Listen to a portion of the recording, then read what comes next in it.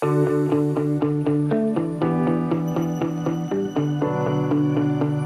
and welcome to Better Business Podcast. My name is Alexei, as always, bringing you the best content I can find, interesting interviews with interesting people. And I think overall, there are some people that are on my radar, have been on my radar. And today I've been very lucky to secure an interview with Steve Plummer. How you going there, Steve? Hi, Alexei. I'm really well, mate. Thanks for having me, and hi, everyone. Thanks for joining in. Steve is a direct response copywriter and has been working with people like Mal Emery for quite some time. And look, I think direct response marketing is a huge topic within itself. But Steve, when it comes to copywriting, I mean, how did you get into something like that? It's quite a niche area of marketing, and I think you're probably one of the few people that writes some of the best copy in this country. Oh, thank you, Alexei. I appreciate you saying that. Yeah, interesting story. Just in terms of, I spent the first 20 years of my working life as a high school teacher and deputy principal, and that's very far removed, right, from the business marketing world. And the other thing that I was doing as I was a teacher was doing freelance journalism on the side, and I became one of Australia's leading boxing writers. I like the sport, and that sort of was a niche, and did a few stories on people. And I've met and interviewed everyone from Kostya Tszyu, Jeff Fennick, or Danny Green, all of the really big names back at the time when I was doing it. And I've always had a love of the written word, if you like, and loved writing. The problem was that to leave teaching and the solid government wage that was the deputy principal, head of department type wage, I would have had to take a 30 or 40 grand pay cut, right? And when you have a mortgage and 4 little kids, under 10, that was a bit scary. So that wasn't an option. One day I received an email from some guy called Ted Nicholas. I was just on some list somewhere, and there was what he called the Dream Information Publishing Seminar, and it was in Sydney. And I thought, I've got to go there. I don't, it's one of those things. You know how you can't really rationalize why. You just know there's just something in your being that says, I have to do that. Well, I had that feeling, and my wife, bless her, said, I said, I can't afford to be away from the kids, blah, blah, blah. But she said, I'll book your flights, just go. If you feel like that, just go. And I did. And it was interesting. I sat next to this Greek guy called John. Everyone now knows him as John Gian from the Knowledge Source. Like, 2 people along from me was this bald guy called Mal from Perth, Mal Emery. And then sitting up the front was this nerdy guy. And he said, oh, look, I've got 4 kids. I work from home. I work the hours that I want, and I earn 6 figures. And I just went, and I write. And I just went, wow, that's what I want to do. Because here was I leaving home at 5 o'clock, getting home at 6 o'clock. I had no energy left for my own kids. I really didn't have any energy left for writing. Life was pretty hard, right? And I was less than 6 figures back in those days. And I just went, wow, I've got to find out what you do, mate. And I think they call it stalking now, but back then it was, we're talking in the mid 2005 or 6 or something, whenever it was. That guy's name was Brett Thompson, and he became my first mentor in copywriting, and it opened up a whole world of this marketing space and this copywriting space. And that I met Mal Emery via Brett, and the rest is history. I became Mal Emery's personal copywriter, and I was with him for 8.5 years. And you and I were just at that event down the Gold Coast, Alexei, and Yeah, it was showing you all of the work up there. And as I said to you off camera, I said, well, I wrote all of that one of the pieces, and I guess here we are, like 20 years later. That's kind of my story in a nutshell. It was very different to a lot of people who start off in business and then do the marketing for themselves and then do it for other people. I started totally out of the marketing business space and took a talent that I have, an ability with words, and was able to turn that into a living, which I'm very fortunate and blessed to be able to do. And I had some really good mentors along the way. Yeah. Right, that's quite a story, and I do recall being to a number of those events, and it's quite fascinating what people do, and sometimes what actually drives them for that change as well. So it's quite a story there. Now, yeah, it was obviously very good to see you at Greg's event, and I didn't know until now that you actually wrote the copy for that. So that was the rebellious reunion event by Mal Emery and Greg Casa. So that Yeah, was I didn't write the copy. I didn't write the copy for the event. I wrote all the copy that Mal Emery showed during the event. That's right. That's right. That's Yeah. right. So, and look, the whole copywriting thing always struck me as an interesting topic, because it's almost like a lot of people initially reach out to somebody saying, hey, I need help putting words together. And in the end, it's really more the strategy, the actual idea behind the business, more the actual business itself that really is shaped by the whole copywriting. Can you explain a little bit more about copywriting as the actual term? Because I'm sure some of our listeners probably wouldn't understand exactly what that means. Yeah, sure. I'll go right back to, I guess, the point of confusion for a lot of people. When you say copywriter, they think C with the circle around it, the legal term, as in I'll protect you legally under copyright. So we're talking copywriting, as in copy being words and the writing of words. And in this context, it's words that sell, right? So it's words on a website, words in a sale brochure, words on a shock and awe pack, words on a book cover. That's copywriting. So it's words that sell. And if I can say, it's completely different. And this is one of the blocks I think people have, is that I'm not a good writer, therefore I can't write sales copy well. So just disabuse yourself of that. Just about everything you learned at school, chuck up 80% of that out, right? And it's all good copywriting is about structure. It's not about good writing. And so a lot of, when you change the structure of a message, it can, increase the conversion really, really quickly. But I guess to loop back to your original question there, copy is one piece of a successful business, right? I mean, there are so many other things. There's the strategic direction, there's picking the right market, there's picking a market that has the ability to pay and is interested in what you're selling. And then there's the copy that drives the sales. Then there's the systems behind it that make it all work. And, if I loop back around up to the top, there's also the mindset of the person in charge, right? That can be a really big asset or a big hindrance to to the success or failure of a business. So did that answer your question, mate? I kind of went off on a couple of tangents there. No, that's good. I mean, we're having a conversation at the end of the day anyway. So yeah, I think copywriting, for those who are listening, David Ogilvy, considered one of the greatest copywriters. And I think one example of his work was the advertisement for Rolls-Royce, if I remember correctly, in the 60s, that he's put in the paper, promoting the fact that at the speed of 60 miles an hour, the only thing you can hear is the sound of a ticking clock. And essentially, this is why all the luxury vehicles have still got that analog clock right in them as well. So he's actually created a bit of a revolution out of the whole thing, because I think that was one of the first questions he asked the Rolls-Royce makers, like, why do you need a clock in a car? And that was exactly the reason. So that's an example of copywriting, and something that creates, I guess, value out of something that you probably wouldn't even pick up straight away. Anyway, now, in relation to digital marketing, how has the copywriting, in your opinion, has impacted, I guess, the strategies and overall, I guess, the marketing campaign? Have you sort of seen much of a change over the last, let's say, decade or two? Oh yeah, for sure.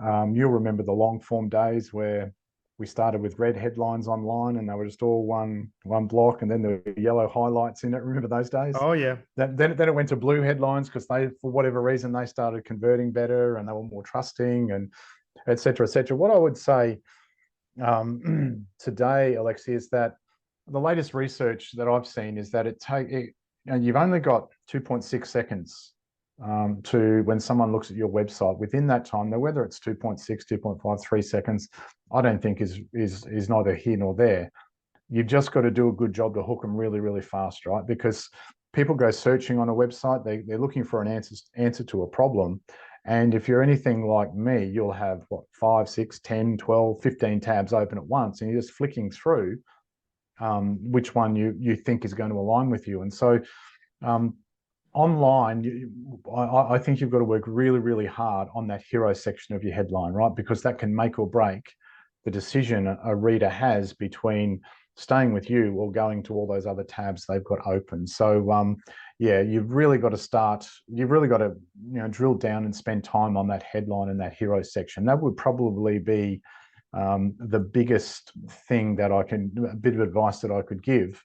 The changes, wow, they've been huge, haven't they, in that time? And I think when you and I first met, Alexei, the internet was a fairly immature marketplace, right? And now as it matures, things change, trends change, the technology speeds up a lot. We were using Alta Vista back then and the dial-up, modems and things. So times have changed a lot. But yeah, the long form stuff is very different to what it was. Yeah, absolutely. Well, look, I think at the end of the day, it's really more about capturing the attention. And I think, in copywriting, you've got a little bit of a recipe that you guys like to play with in order to capture someone's attention and deliver the actual message. Could you maybe explain that in a little bit more detail as to how you basically take someone's attention and take that through potentially emotional pain points into some form of action? Yeah, sure.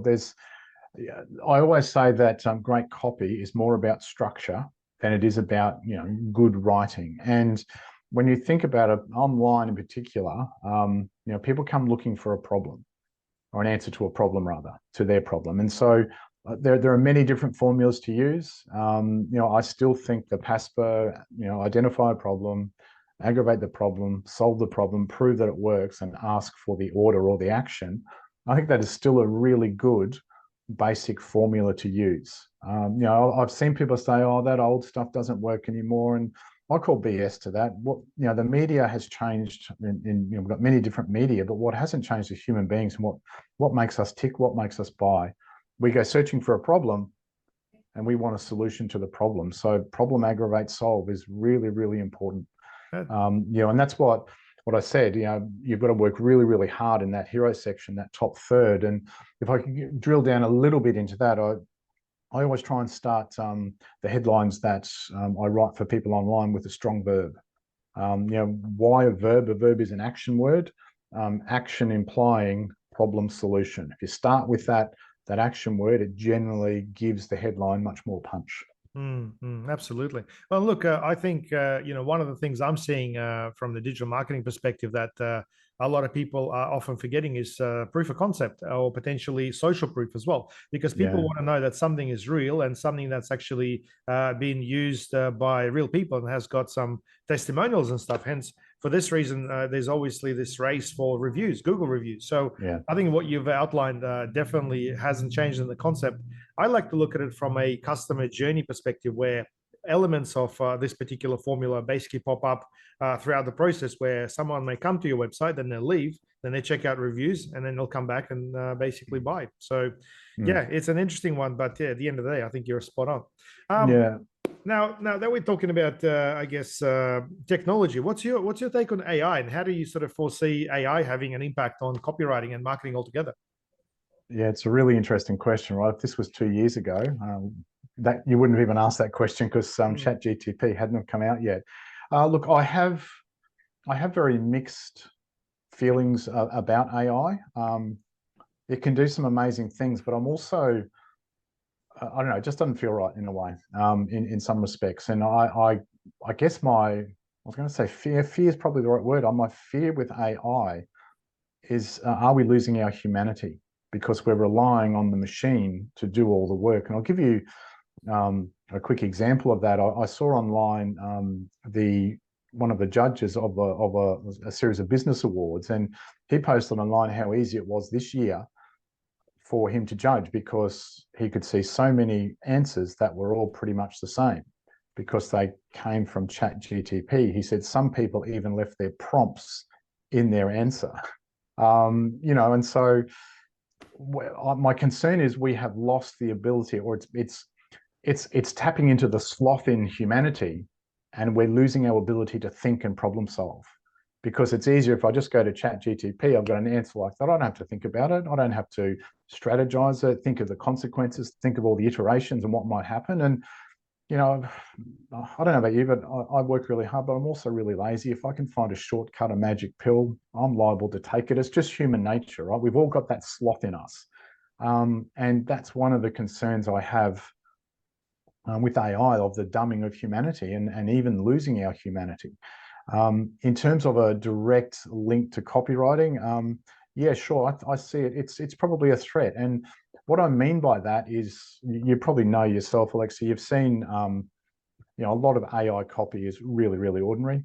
But I think if you don't know what makes good copy versus what just is just words on a page, if you can go to AI and go, give me whatever, you get at least a half decent prompt and have it spit something out. No, it's words on a page, it reads okay, I'll just put it up there. And I think that's a danger of people lowering the bar in terms of understanding of what makes people buy, what makes people take action. Because I've just got my blogs and my words that AI has just written, and the deeper stuff, the really important stuff about our humanity and what makes us tick is often missed because, AI at the moment, and as you know, garbage in, garbage out. If you don't prompt it well, you get garbage. But if it's words on a page that satisfies my content or whatever, I think there's danger in that as well. So yeah, I've got mixed feeling. I mean, I use AI in what I do. I get it to look for emotional patterns and things like that, and testimonials and a whole lot of other different uses. But yeah, it's a good tool to use as a shortcut to speed things up. But it also, I've got some mixed feelings about it. I really do. Yeah, yeah. Well, look, overall, I think ChatGPT, Claude, and similar tools do provide us with essentially a university professor, if you want to say, type knowledge. But you have to know how to tap into that knowledge as well. And I think the issue is because everything comes so easily, there's no effort put into a lot of the queries. And I'm a big believer that there's got to be effort in order to get something good. So no pain, no gain. I strongly believe that sort of concept. Most importantly, because that's how people learn, right? If you want to achieve something serious, you really got to be invested in something. You got to spend the time. You have to follow through with something in order to get a quality outcome. If something becomes super simple or super easy and too fast, I think this is where it creates a fundamental problem for the human, which is really more on the biological level, where a person gets dopamine thinking, hey, I've just nailed this, I've got this awesome outcome. But really they're missing the point about the depth of the actual exercise and how to actually make this better than anyone else. And look, as a digital marketing agency owner, we've been doing Google ads since it basically became available. But I can tell you that they've been pushing AI tools since about 2016. And the whole idea is to really level everybody out. So they really want to make sure that everything's average. And as you know, if everything's average, it's really not going to work in anyone's favor specifically. Whereas if you do things manually, whereas if you actually put some intelligent data into what you're trying to create, I think this is where you're gonna stand out, which sort of goes against the whole principle. Well, that's my take on it anyway. So yeah, interesting to hear your opinion about it. Cool. I agree. Like it again. That the languaging I used was the dumbing of humanity. You mentioned the leveling of humanity or the averaging of humanity. It's the same concept, right? Yeah. It's, are we losing our ability to think? Are we losing our ability to empathize? Are we losing our ability to make decisions and learn from mistakes that we might make, right? It's a really interesting question. And I wonder too if AI has a whole lot of unintended consequences that we're just not prepared for. Look, possibly. I think we'll just wait and see. I mean, it is one of those things that's developing every single day. And it's not stopping, right? It's not going away. So I'm not saying avoid it, don't do it. It's here and it's here to stay. And it's been around, like you said, for a while. But yeah, I think humanity's at a really interesting point. Yeah. Okay. Well, we'll wait and see on that one. Yeah. What's your take on the whole personal branding and copywriting? You hear the term brand being used quite a lot, but personal branding, I guess, where someone uses a website specifically for themselves, like let's say as an author or an authority. What's your take? How do you approach personal branding and copywriting? Yeah, it's a really interesting question. I still think your personal brand, you still are going to service a market, right? Otherwise, no one's going to come to you if you don't identify who your market is, right? And so still within your brand, you have to talk about the problems that you solve, right? Who are you for? What problems do you solve? And within that context, I think that's where your personal brand can and should come in. But it's about you, but it really is about you via the customer and the niche that you serve and the problems that you solve within that niche. That's kind of my take on personal brand. I think the copy needs to enhance the brand. And I don't think the brand can really replace the copy. So I think they work hand in hand, to produce the result. Now, they understand too that a lot of the the big agencies and the big companies like Coca-Cola, etc., they do a lot of branding stuff because they got the money, right? They can throw millions of dollars at things but the average person or the average brand, if you like, can't. So, you've got to still make sure you talk about you in the context of them. I think that's really important. Yeah, I think I've read a study somewhere where Coca-Cola tried to go back to Coca-Cola as the actual wording on their cans from Coke, and their sales actually dropped quite substantially. Oh, So wow. this could actually be a good exercise where you got brand slash copywriting exercise creating quite a significant outcome. So Yeah. cool. Okay. What are you working on at the moment, mate? I mean, you've obviously been through quite a few iterations, I would imagine, in terms of working with various businesses and focusing on different things. What are you working on right now? Yeah, so I've got a small number of clients that I work with on a regular basis, weekly meetings, weekly campaigns that we roll out. Um, I still, as you said, you mentioned, my book, I still promote that and speak. Yeah, there you go. Speak from stage and help business owners that way. Yeah, I've like I mentioned earlier too, all those shop and all packs that you saw, from stage down at the event, the Greg and Mal event. I still put versions of those things together for clients. So I'm doing a number of varied things, from bigger businesses, also helping smaller businesses as well, and doing quite a few speaking engagements as well.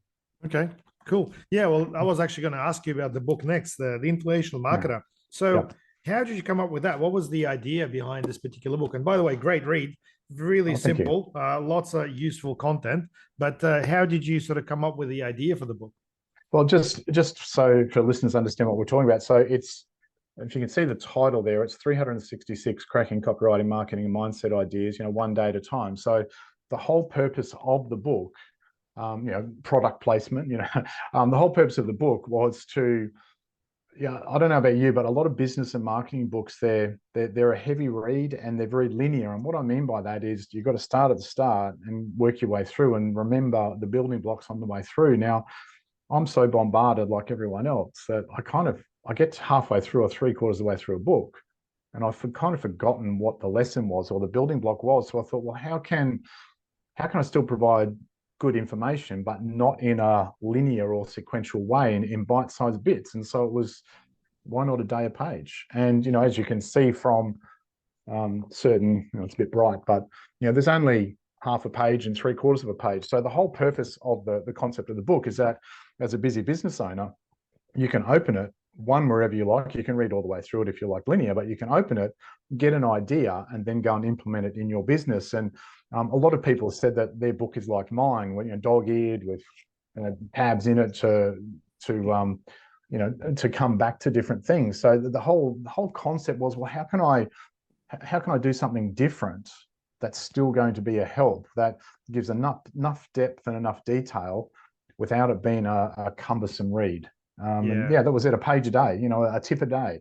And it covers marketing, writing, mindset, business stuff, Yeah. When I was reading it and having a look through the structure, it somehow reminded me of Tim Ferriss's Tools of Titans. That sort of format where you've obviously got a story from each one of the influencers or celebrities, if you like.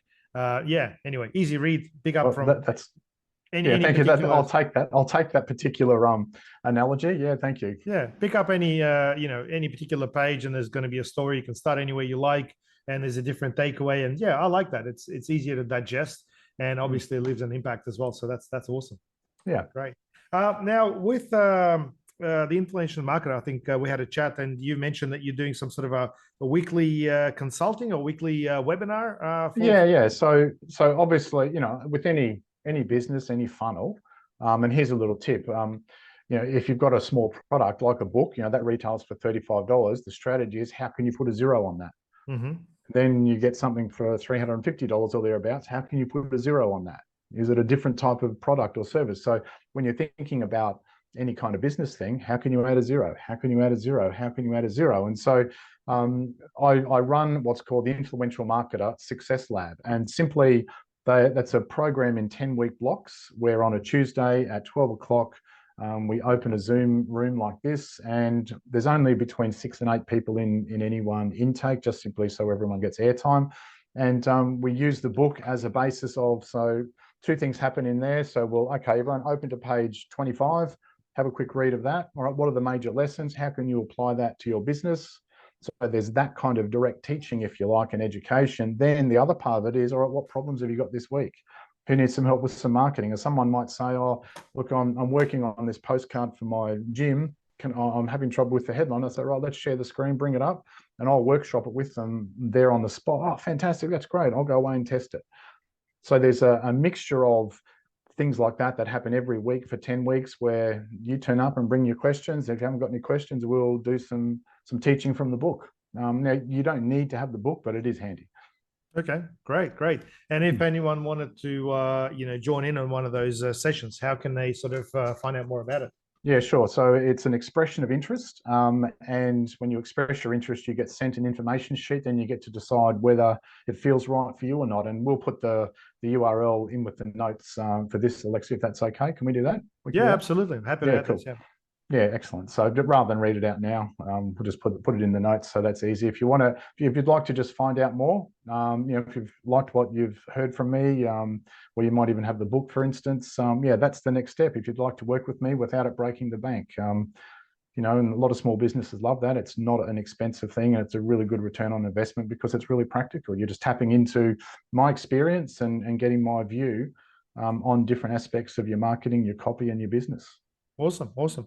Now, a couple more questions about the book, if I may. Yep. Obviously, I've come across various people who basically are in the whole publishing game, specifically helping businesses stand out. How has the book worked for you? Have you had much of an impact for it in terms of the actual business, or was there a different purpose behind writing the book initially? That's a really good question, mate. So I'll go to the second question first. The purpose of it was probably twofold. It was probably, well, how can I help more people without having to work individually for everyone? A book. Mm-hmm. How can I share my lessons with everyone, or a book? To answer your first question, I kind of got it because I'd heard people promoting book packages and so forth, and the different advantages that it has. But one of the things I'll say with the book, it has been a fantastic marketing exercise. And what I mean by that, it's been an elevation kind of thing as well, right? Because you're an author. That gives, here's an interesting thing too, from a copy proof perspective. Titles hold authority, right? They always have and they always will. Author, speaker, what are your titles, in your business? The other thing too with the book, when I get up and speak, I'll say, from page 20 something of my book, author, authority, expert, someone who is elevated, if you like. So from a whole, I guess, marketing, personal branding, persona in the marketplace, having that physical thing has been an amazing thing that I actually didn't know until I went through that process myself, if that makes sense. It's been a really interesting journey. Like it's not easy writing a book. One that thick takes a lot of effort as well. But whenever the interesting thing I can do too is that I can offer it as a lucky door prize. That always goes over so well. People find it memorable. If I'm going to a local event tonight, there'll be 70 odd business owners in the room, and when I walk in the door, people are going to say, "Oh, you're offering a book tonight? Oh, I hope it's me that wins it." And so it just creates a buzz. It gives you a reason to talk to people. It gives you a reason to get in front of a room, of people. So it has been a really, really good exercise, just from a lead gen, an authority, an elevating kind of thing beyond what I thought it would be. Yeah. I think I had a burning ambition always to be an author. That was always in there somewhere. And the old saying, everyone's got a book in them.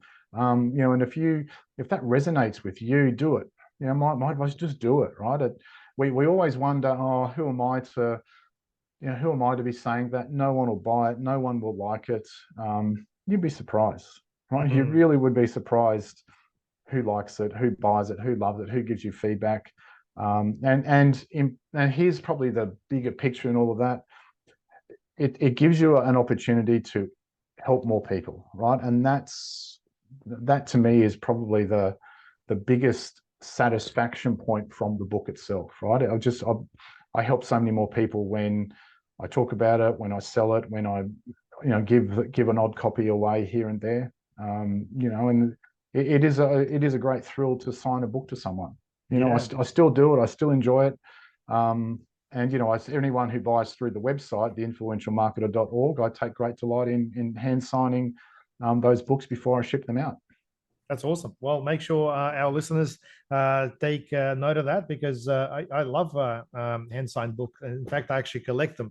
So I've got quite a collection myself, including yours. So I signed yours. I'm pretty sure, didn't I? Yes, yeah. For those who I did. There we go. Watching on YouTube, cool. Steve, I think you've touched on some really important points. I think many people are unsure how to make themselves stand out when it comes to business. A lot of people are unsure about what's actually out there in terms of the sort of advice you can get. I think, in my opinion, copywriting is it's a stepping stone for people to actually be able to understand that their website isn't just about, hey, this is what I do and this is how to contact me, but there's actually so much more that you can put into it. Moreover, you can also tailor in a whole business within a business, which is some people refer to as the game behind the game, which is something I absolutely love. So having a book definitely is a great concept. I've come across multiple platforms like Key Personal Influence, How to Write a Bestseller, and a few other ones as well. And I myself am actually working on a book as well. So hopefully, touch wood, I'll be able to finalize it soon. I'm in this stage where I've just got a little bit stuck, I guess, based on my perfectionism and just wanting to get a few things, exactly how I want them. But anyway, it's a bit of a process at the moment. Look, Alexei, it is a process, and I totally get. It's got to be, and this is the balance, right? It's got to be right. There's a balance between it's got to be right and really good because it reflects me and it reflects everything from me. But there also is a time where you've got to let it go, right? And you've got to put it out there. There's no hard and fast rule, I don't believe. But you'll know when it's ready. You'll know when you're, and if the other thing too, if for anyone listening, and this is not based on any great wisdom or anything, just based on my experience having published 2 books, if you have even an inkling that you want to write a book, do it, right? You will not regret doing it, because yes, it does cost to publish. You've got 2 options: self-publish or try and find a publisher. But it's going to cost either way in time and or money. But the investment, you'll get that back if you do it right and you produce quality, and you come from a heart place of, I guess, wanting to help more people. That's the key thing. But do it for yourself as well, right? I think it's a really important thing. So congrats on your book, Alexei. Thanks, mate. Thanks. And once it's published, I'll definitely send you a copy. I'd love to read it. Hand signed as well. Excellent. Love to read it. All right. Well, one thing I do when I have guests on my podcast is run this section, which is something I call rapid fire. This is where I ask you, fairly specific questions, and I just want a fairly short and quick answer. You ready? Yep. Go. Okay. Who do you think is the best direct response copywriter in the world? Can you start with an easy question? Oh, gee. Oh, can I give you 3 or 4 names? Goodness me. Yeah, go for it. Oh, Stephen George is very good. Paris Lampropoulos is great. Oh, goodness me. There are a lot of really, really good copywriters in the world, a lot of really good copywriters in Australia. They're 2 that immediately spring to mind. Other people will have their opinions, but there's a lot of really good, Chris Haddad's very good. There's lots of really good ones. Okay. All right. No worries. What's your take on Alex Hormozi's stuff? I haven't studied a lot of his stuff. I've dipped my toe in the water with his stuff, so I think it's very good. But also remember, it's very health gym sort of based stuff. You can certainly learn from different niches. But the other thing I'll say is, successful guy. There's worse people to study than him. Okay. Cool. Now, you live on the Sunshine Coast, which obviously makes it a bit difficult, I guess, from a perspective of comparison on the topic of holidays. But if you weren't living on the Sunshine Coast, where do you reckon the best place to go for a holiday would be? I love New York. It's one of my favorite cities in the world. We're not long back from Italy. That was so much fun. Yeah, I love New York. I went to Vegas earlier in the year. That was a lot of fun. But yeah, I love New York. Okay, cool, cool. Well, I haven't been. It's definitely something I should be checking out sometime soon. It is on my bucket list. I've been to Italy. Yeah, great, but completely different vibe. I mean, every place in the world has, I guess, its own buzz, but Yeah. it's interesting to hear what other people have to say and how they basically reflect on the whole thing as well. Yeah. Bahamas is nice too, right? I love the Bahamas. Yeah. Okay, cool. Well, Steve, mate, thanks for finding the time to jump on this podcast. I think our listeners will get a lot out of this podcast. If anyone is looking to improve a copy on their website or looking for strategy or potentially wants to see, you know, what else is possible, maybe what other people are doing, I think Steve is definitely worth getting in touch with to see, you know, if there's a different opinion you can get on your marketing. That's probably the best way I can put it. Mate, thank you very much. Really enjoyed having you on the podcast. And yeah, I hope we'll be speaking sometime soon as well. Pleasure, Alexei. Thanks very much. And thanks everyone for tuning in and listening. It's been a joy. All right. This was a Better Business Podcast. My name is Alexei, as always, bringing you interesting conversations with interesting people. And I hope to speak to you soon.